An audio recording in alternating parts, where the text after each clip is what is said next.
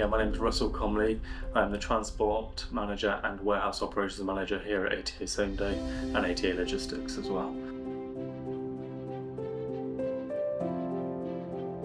Some of the challenges are making sure that the vehicles are being driven the most economically as possible, and making sure that those vehicles are staying compliant. Obviously, a lot of the things that we've put into place, including dash cams and everything, have assisted us with ensuring that accidents are reported promptly, and that we are covering ourselves as a business and our own employees as well.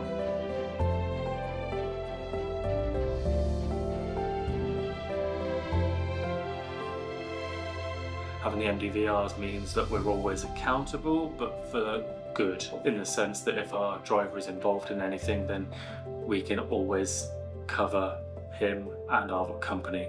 The tools that are available to you are second to none. Like I said, it's been very plain sailing. Everything is there with a point and click.